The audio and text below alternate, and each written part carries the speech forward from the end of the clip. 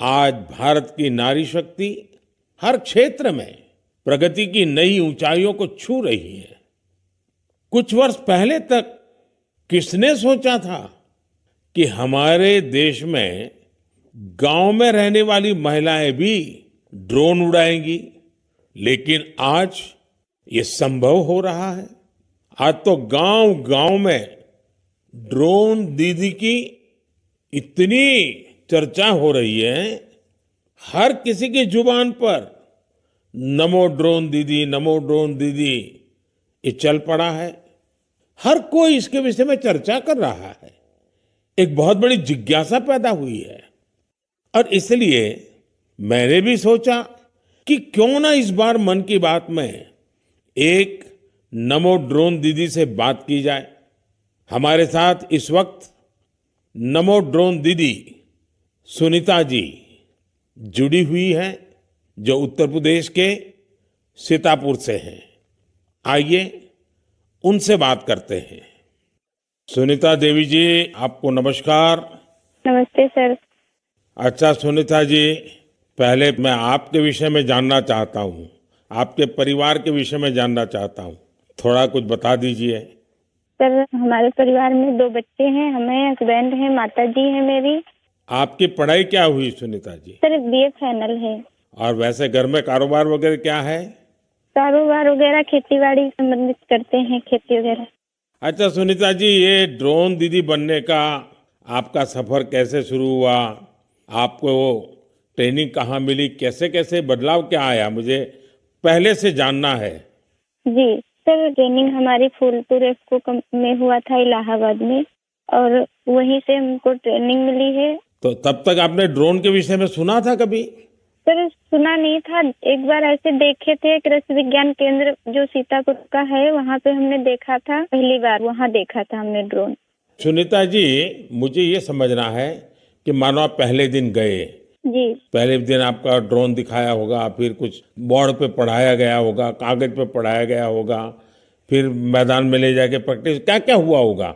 आप मुझे बस समझा सकती है पूरा वर्णन? जी सर, पहले दिन सर हम लोग जब गए हैं तो उसके दूसरे दिन से हम लोगों की ट्रेनिंग शुरू हुई थी। पहले तो थ्योरी पढ़ाई गई थी, सब क्लास चले थे 2 दिन। क्लास में ड्रोन में क्या क्या पार्ट हैं, कैसे कैसे आपको क्या क्या करना है, ये सारी चीजें थ्योरी में पढ़ाई गई थी। तीसरे दिन सर हम लोगों का पेपर हुआ था। उसके बाद में फिर सर एक कंप्यूटर पे भी पेपर हुआ था। मतलब पहले क्लास चला, उसके बाद में टेस्ट लिया गया, फिर प्रैक्टिकल करवाया गया था हम लोगों का। मतलब ड्रोन कैसे उड़ाना है, कैसे कैसे मतलब आपको कंट्रोल कैसे संभालना है, हर चीज सिखाई गई थी प्रैक्टिकल के तौर में। फिर ड्रोन काम क्या करेगा, वो कैसे सिखाया?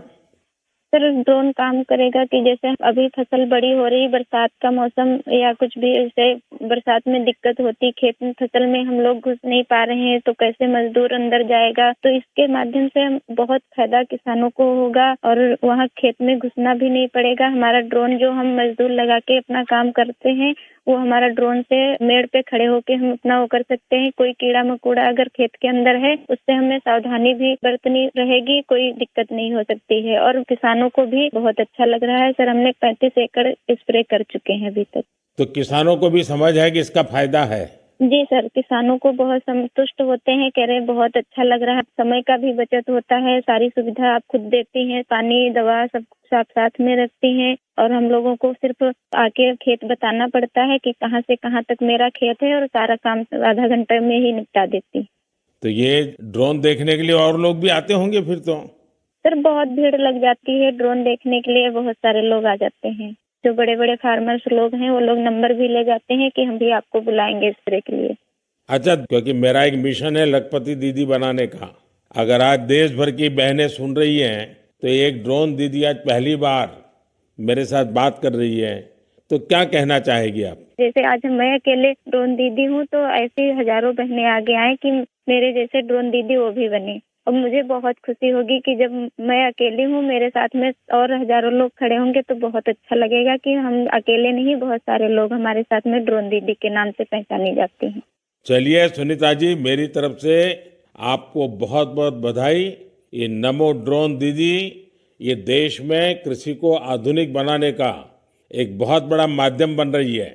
मेरी बहुत बहुत शुभकामनाएं। Thank you.